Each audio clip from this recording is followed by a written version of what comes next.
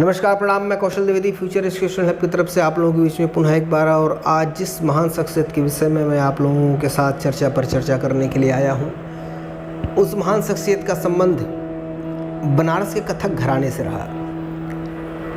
जी हाँ, उनका नाम था सितारा देवी और इनका जन्म 8 नवंबर सन 1920 को कलकत्ता में होता है। कुछ जगहों पे इनका जन्म जो है वो 1927 भी लिखा हुआ मिलता है कुछ पुस्तकों में, तो एक कंट्रोडिक्शन इनके जन्म को लेकर के रहता है। लेकिन 8 नवंबर 1920 जो है वह ज़्यादा तर्कसंगत लगता है। इनके पिताजी का नाम जो था वो था सुखदेव मिश्र और वह नेपाल दरबार के संगीतज्ञ थे। और चूँकि संगीत से इनका जो परिवार रहा पूरी तरह से जुड़ा हुआ था, इनकी माता जो थी उनका नाम था मत्स्य कुमारी। पिता का नाम सुखदेव और माता जी का नाम मत्स्य कुमारी।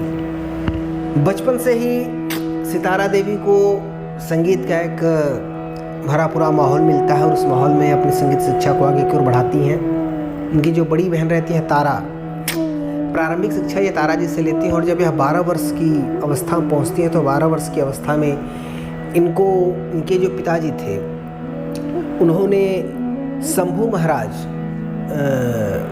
को सुपुर्द किया और शंभू महाराज के आशीर्वाद के तले, शंभू महाराज की गाइडलाइन में उन्होंने कथक की जो शिक्षा थी उस चीज़ को प्रॉपर वे में सीखना शुरू किया और बहुत ही शीघ्रता के साथ उन्होंने उस चीज़ को एडॉप्ट किया, उस चीज़ को सीखा। बाद में कथक के लास्य अंग को सीखने के लिए इन्होंने लक्ष्मी महाराज का आशीर्वाद प्राप्त किया और लक्ष्मी महाराज ने इनको लास्य अंग की बहुत ही विधिवत शिक्षा दी। एक गुणी गुरु का आशीर्वाद पाने के बाद, एक सही दिशा में गाइडलाइन पाने के बाद यह उस विधा की ओर बहुत ही तेज़ी से आगे बढ़ती हैं और बहुत ही जल्द इन्होंने अपना एक बहुत ही अच्छा नाम कमाया। सितारा देवी खुले विचारधारों की एक महिला थी और वह स्वच्छंद रूप से कुछ नया करना चाहती थी अपने जीवन में और इसलिए उन्होंने फिल्मों की तरफ अपना रुझान किया।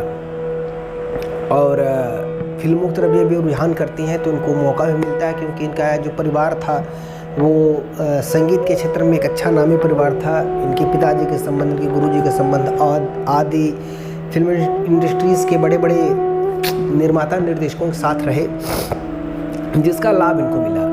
और यह जाने के बाद फिल्मों में अपनी किस्मत को आजमाती हैं और पहला इनको जो मौका मिलता है वह उषा हरण फिल्म से इनको मिलता है। एक फिल्म थी जिसका नाम था उषा हरण। उस फिल्म के माध्यम से इनको फिल्मों में एंट्री करने का मौका मिलता है और उस फिल्म के माध्यम से उस एंट्री करते हैं फिल्मों में ये। इसके बाद इनका नाम बहुत तेज़ी से इंडस्ट्रीज़ में फैलता है और लगभग सभी निर्माता निर्देशकों तक इनकी चर्चा पहुंच जाती है और उनको काम मिलना प्रारंभ हो जाता है। बाद में इन्होंने होली, रोटी, हलचल तमाम नाम की फिल्मों को इन्होंने किया और एक प्रसिद्ध अभिनेत्री के रूप में यह उभरती हैं। शास्त्रीय संगीत के साथ वेस्टर्न संगीत का मिक्सअप करके, एक फ्यूज़न करके उन्होंने फिल्मों के लिए एक नई तरह की विधा का जन्म किया और फिल्मों में वो चीज़ें बहुत ज़्यादा पसंद की गई। धीरे धीरे इनकी उम्र बढ़ती जाती है और आसिफ अली जो कि मुग़ल आज़म फिल्म के निर्माता होते हैं, प्रोड्यूसर होते हैं, आसिफ अली से इनकी मुलाकात होती है और यह मुलाकात प्रेम में बदल जाती है और बाद में दोनों विवाह कर लेते हैं।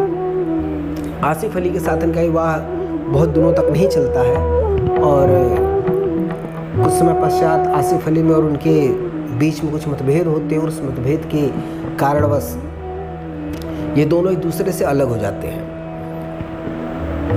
जीवन आगे बढ़ता रहता है और इसी कड़ी में इनकी जो मुलाकात होती है वह श्री बरौत जी से होती है और बरौत जी के साथ इनका दूसरा विवाह होता है और जिनसे इनको एक पुत्र की प्राप्ति होती है, राजन, जो कि राजन जॉर्ज बैंड जो एक विदेश का बहुत बड़ा बैंड रहा उसमें एज ए ड्रमिस्ट बहुत आगे जाते हैं वो।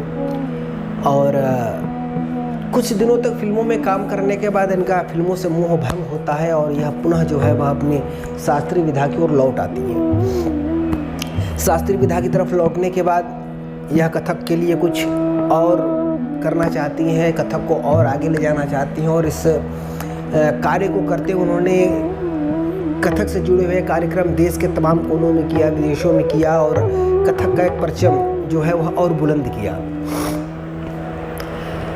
सितारा देवी जी की अपनी कुछ व्यक्तिगत विशेषताएं थीं। किसी चीज़ को प्रेजेंट करने का अपना एक अलग सा तरीका था जो कि बनारस घराने को पूरी तरह से रिप्रेजेंट करता था, और वह जो नज़ाकत बनारस घराने की है उस घराने की पहचान को और मजबूत बनाता है और आगे लेके जाता है। एक लंबा समय बीतने के बाद इनको उत्तर प्रदेश और महाराष्ट्र से संगीत नाटक अकादमी पुरस्कार से भी इनको सम्मानित किया जाता है, और सन 1959 में। तत्पश्चात इनको 1974 में पद्मश्री भारत सरकार द्वारा प्रदत्त किया जाता है। कहीं कहीं आपको 1975 में मिलेगा, तो डेट को लेकर कुछ कंट्रोडिक्शन हो जाते हैं कुछ बुक्स में, कभी आप ऑनलाइन चेक करेंगे वहाँ पे। तो अब इसको मिसप्रिंट कह लिया जाए या फिर जो कह लिया जाए, लेकिन मजबूरी होती है कि जो साक्ष्य हमारे पास होते हैं उसी के बिहाफ पे कोई चीज़ आपको बता सकते हैं, या फिर जो साक्ष्य आपके पास है आप उसी के बिहाफ पे किसी चीज़ को जान सकते हैं। तो उसमें तमाम एरर आ जाते हैं, कभी मिसप्रिंट से रिलेटेड एरर आ जाता है, कभी और कुछ दिक्कतें होती हैं, और वो हमारी मजबूरी होती है। तो किताबों में 74 है और अन्यत्र सोर्सेज में आपको 75 मिल जाता है पद्मश्री को लेकर के। आगे चल कर के इनको 1994 में कालिदास पुरस्कार से भी इनको सम्मानित किया जाता है। बचपन को रविंद्रनाथ ठाकुर जी एक बार नृत्य करते हुए देखा, और वहाँ पे इन्होंने रविंद्रनाथ ठाकुर जी भी उनको थे, उन्होंने नृत्य सम्राज्ञी का संबोधन इनको दिया, या फिर आप समझ लीजिए कि एक उपनाम इनको दिया, एक पुरस्कार इनको दिया, क्योंकि रविंद्रनाथ ठाकुर एक बहुत बड़े नाम रहे और हम आप सब उनसे वाकिफ़ होंगे। इस प्रकार जीवन इनका सितारा देवी का आगे बढ़ता रहा। गुरु शिष्य परंपरा में तमाम लोगों ने इनसे सीखा और नृत्य विधा को आगे की ओर बढ़ाया, और अंत में 25 नवंबर सन 2014 को इनका देहांत हो जाता है। वो इस धराधाम को छोड़ के चली जाती हैं। किंतु कहा गया है कि हमारे जो कृत्य होते हैं, हमारे जो कर्म होते हैं, वही कर्म हमें जिंदा रखते हैं। और सितारा देवी ने जो उन्नत कार्य किए संगीत के लिए, संगीत की कथा की विधा के लिए, उसके लिए संगीत समाज सदैव उनका आभारी रहेगा और उनको सतत याद करता रहेगा। इन्हीं सब बातों के साथ आज के इस वीडियो को मैं यहीं पर रोकना चाहूँगा। तब तक के लिए आप सब महानुभावों को प्रणाम, नमस्कार, महान।